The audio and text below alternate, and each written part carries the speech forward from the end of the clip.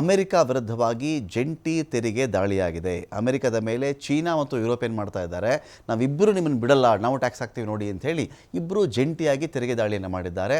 ಅಮೆರಿಕದಿಂದ ಆಮದಾಗುವ 23 ಕೋಟಿ ಡಾಲರ್ ಉತ್ಪನ್ನಗಳ ಮೇಲೆ ತೆರಿಗೆಯನ್ನು ಹಂತ ಹಂತವಾಗಿ ನಾವು ಪ್ರತಿ ತೆರಿಗೆಯನ್ನು ಹಾಕುವ ಮೂಲಕವಾಗಿ ಹೆಚ್ಚಿಸ್ತೀವಿ ಅಂತ ಕೂಡ ಘೋಷಣೆ ಮಾಡಿರೋದು ಯುರೋಪಿಯನ್ ಯೂನಿಯನ್ ಮತ್ತು ಚೈನಾ. ಅಮೆರಿಕದ ಮೇಲೆ 84% ಟ್ಯಾಕ್ಸ್ ಹಾಕಿರೋದು ಒಂದು ಕಡೆ ಚೀನಾ. ಮತ್ತೊಂದು ಜಾಗತಿಕ ತೆರಿಗೆ ಯುದ್ಧ ಇದೀಗ ಅಧಿಕೃತವಾಗ್ತಾ ಇದೆ ಈ ಒಂದು ನಿಟ್ಟಿನಲ್ಲಿ. People were jumping a little bit out of line. They were getting yippy, you know. They were getting a little bit yippy, a little bit afraid, unlike these champions, because we have a big job to do. No other president would have done what I did. No other president. I know the presidents, they wouldn't have done it. And it had to be done. What was happening to us on trade, not only with, you know, if you look at it, not only with China, but China was by far the biggest abuser in history, and others also, but somebody had to do it. They had to stop because it was not sustainable. Last year, China made $1 trillion off trade with the United States. That's not right. And now I've reversed it. It's for a short period of time, but we made $2 billion. We're making now $2 billion a day. And somebody had to do it. Roger actually said it. Charles Schwab was here a little while ago. Bharat तो बहुत समझदारी से इस पूरे विषय को पहले से संभाल रही है. प्रधानमंत्री मोदी जी और प्रेसिडेंट ट्रंप ने फरवरी में ही निर्णय ले लिया था कि हम आपसी संबंध बढ़ाते हुए बायलैटरल ट्रेड एग्रीमेंट एक ऐसा करार करेंगे जो भारत और यूनाइटेड स्टेट्स के बीच व्यापार को सरल भी करेगा. ಈ ಅಮೆರಿಕದಲ್ಲಿ ನೋಡಿ ಒಂದು ಸೂಕ್ಷ್ಮ ವಿಷಯ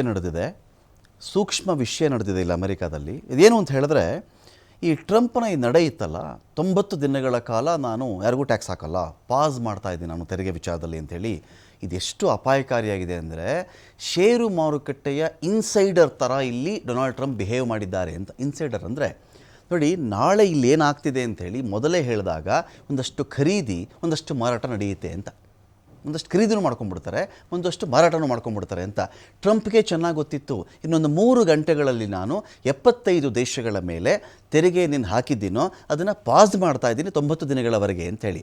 ಅದಕ್ಕೆ 3 ಗಂಟೆಗಳ ಮುಂಚೆ ಏನು ಮಾಡಿರೋದು ಡೊನಾಲ್ಡ್ ಟ್ರಂಪ್ ಅಂತ ಹೇಳಿದ್ರೆ, ನೋಡಿ ಈಗ ನೀವು ಷೇರುಗಳನ್ನು ಕೊಂಡ್ಕೊಳ್ಳಿಕ್ಕೆ, ಸ್ಟಾಕನ್ನು ಕೊಂಡ್ಕೊಳ್ಳಿಕ್ಕೆ ಇದು ಒಳ್ಳೆಯ ಬಂಗಾರದಂಥ ಸಮಯ ಅಂತ ಟ್ವೀಟ್ ಮಾಡಿದ್ದಾರಲ್ಲ. ಈ ಒಂದು ಅಂಶ ಒಬ್ಬ ಇನ್ಸೈಡ್ ಟ್ರೇಡರ್ ನೀತಿ ಆಗಿಬಿಡುತ್ತದು. ಈ ರೀತಿ ಆದರೆ ಷೇರು ಮಾರುಕಟ್ಟೆಯಲ್ಲಿ ಅದನ್ನು ಮಹಾ ಮೋಸ, ಮಹಾದ್ರೋಹ ಅಂತ ಕರೀತಾರೆ. ನೆಕ್ಸ್ಟ್ ಆಗೋ ಅದನ್ನು ಅಧಿಕಾರದಲ್ಲಿರ್ತಕ್ಕಂಥವ್ರು ಯಾರೂ ಕೂಡ ಮಾತಾಡಬಾರ್ದು ಅದರ ಬಗ್ಗೆ. ಇದನ್ನು ನೀವು ಕೊಂಡುಕೊಳ್ಳಿ, ಈಗ ನಿಮ್ಗೆ ತುಂಬ ಲಾಭ ಆಗುತ್ತೆ, ಇದೆಲ್ಲ ಮಾತಾಡಿದಾಗ ಈ ಮನುಷ್ಯನ ಕೈಲೇ ಇರೋದು. ತೆರಿಗೆಯನ್ನು ಪಾಸ್ ಮಾಡೋದು ಈ ಮನುಷ್ಯನೇ, ತೆರಿಗೆಯನ್ನು ಹೇರೋದು ಈ ಮನುಷ್ಯನೇ ಆದಾಗ ಇನ್ಸೈಡರ್ ಥರ ಆಗಿದೆ. ಹಾಗಾಗಿ ಅಮೆರಿಕದಲ್ಲಿ ಇದರ ವಿರುದ್ಧವಾಗಿಯೇ ಅನೇಕರು ಮಾತಾಡೋಕ್ಕೆ ಶುರು ಮಾಡಿದ್ದಾರೆ. ಒಂದಿದೆ ಇಲ್ಲಿ ನೋಡಿ, Trump's buy tip hours before tariff pause rises calls for insider trading probe ಅಂತ ಒಂದು ತನಿಖೆ ನಡೆಯಬೇಕು ಇದರ ಬಗ್ಗೆ ಅಂತ ನೋಡಿ. US president Donald Trump's this is a great time to buy social media post hours before pausing tariffs has raised calls for an insider trading probe, not much of a secret when he tweets to the entire world to buy. 3 hours before the announcement, US Senator Adam Schiff said Nasdaq saw its biggest day since 2001 following Trump's announcement. 2001ರಿಂದ ನ್ಯಾಸ್ಡಾಕ್ ಗಮನಿಸಿರೋ ಪ್ರಕಾರವಾಗಿ check ಮಾಡಿಕೊಂಡಾಗ ಒಂಥರ biggest day, ದೊಡ್ಡ ದಿನ ಆಗಿಬಿಟ್ಟಿದೆ ಇದು. ಕಾರಣ ಇಷ್ಟೇ, ಈಗ ನೀವು ಬೈ ಮಾಡೋಕ್ಕೆ ಒಳ್ಳೆ ಟೈಮ್ ಅಂತ ಹೇಳಿಬಿಟ್ಟು 3 ಗಂಟೆಗಳಾದ ಮೇಲೆ ಇದೇ ಮನುಷ್ಯ 75 ದೇಶಗಳ ಮೇಲೆ ತೆರಿಗೆಯನ್ನು ಹೋಲ್ಡ್ ಮಾಡಿರೋದು. ಹಾಗಾದಾಗ ಏನಾಗುತ್ತೆ, ನಿಮಗೆ ಈ ಮನುಷ್ಯನೇ ಕೊಂಡ್ಕೊಂಡಿರ್ಬೋದು, ಅಥವಾ ಈ ಮನುಷ್ಯನ ಬೇನಾಮಿಗಳೇ ಕೊಂಡ್ಕೊಂಡಿರಬಹುದು, ಈ ಮನುಷ್ಯನ ಜೊತೆಗೆ ಫ್ರೆಂಡ್ ಇರ್ತಕ್ಕಂಥ ಉದ್ಯಮಿಗಳೇ ಅಲ್ಲಿ ಸ್ಟಾಕನ್ನು ಬೈ ಮಾಡಿರಬಹುದು. ಅವ್ರಿಗೆ ಗೊತ್ತಿರುತ್ತಲ್ಲ ಇನ್ನೊಂದು 75 ದೇಶಗಳ ಮೇಲೆ ತೆರಿಗೆಯನ್ನು ಹೋಲ್ಡ್ ಮಾಡ್ತಾ ಇದ್ದಾರೆ ಇವರು ಅಂತ 3 ಗಂಟೆಗಳ ಮುಂಚೆ ಇನ್ನೂ ಸ್ಪಷ್ಟವಾಗಿ ಅವ್ರಿಗೇನಾದರೂ ಅವ್ರಿಗೆ ಗೊತ್ತಿದ್ದಾಗ ಅವರೇ ಸ್ಟಾಕ್ ಬೈ ಮಾಡಿಬಿಡ್ತಾರೆ. ಹೇಗಿದ್ದರೂ ಸ್ಟಾಕ್ ಮಾರ್ಕೆಟ್ ಬಿದ್ದಿತ್ತು, ಸಪೋಸ್ $100 ಒಂದು ಸ್ಟಾಕು $10 ಬಿದ್ದಿತ್ತು ಅಂತ ಅಂದ್ಕೊಳ್ಳಿ, $25 ಬಿದ್ದಿತ್ತು ಅಂತ ಅಂದ್ಕೊಳ್ಳಿ, ಅದನ್ನು ಕೊಂಡ್ಕೊಂಡ್ಬಿಡ್ತಾರೆ ಅವರೆಲ್ಲರೂ ಕೂಡ. ಕೋಟ್ಯಾಂತರ ಲಕ್ಷಾಂತರ ಕೊಂಡ್ಕೊಂಡ್ಬಿಡ್ತಾರೆ ಅವರು. ಕೊಂಡುಕೊಂಡ ಮೇಲೆ 3 ಗಂಟೆ ಆದ ತಕ್ಷಣ ಅನೌನ್ಸ್ಮೆಂಟ್ ಶುರು.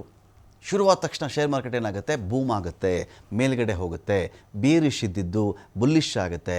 ಆಗೇನಾಗ್ಬಿಡುತ್ತೆ, 10 ರೂಪಾಯಿನ ಶೇರು ಅವ್ರಿಗೆ 100 ರೂಪಾಯಿ ಬರುತ್ತೆ, 200 ರೂಪಾಯಿ ಬರುತ್ತೆ, ಲಾಭ ಮಾಡ್ಕೊಳ್ತಾರೆ. ಇನ್ಯಾವತ್ತೋ ನಾನು ಮತ್ತೆ ತೆರಿಗೆ ಹಾಕ್ತಾ ಇದ್ದೀನಿ, 90 ದಿನ ಟೈಮ್ ಕೊಟ್ಟಿದ್ದೆ, ಯಾರೂ ಮಾತು ಕೇಳ್ತಾ ಇಲ್ಲ, ನಾನೇನು ಮಾಡಲಿ ಈಗ, ಇಲ್ಲ ಅದೆಲ್ಲ ವಾಪಸ್ ತೊಗೋತಾ ಇದ್ದೀನಿ ನಾನು, ಬರೀ 10 ದಿನ ಟೈಮ್ ಕೊಡೋದವ್ರಿಗೆ ಅಂತ ಹೇಳಿದ ತಕ್ಷಣ ಮತ್ತೆ ಬೀಳುತ್ತೆ.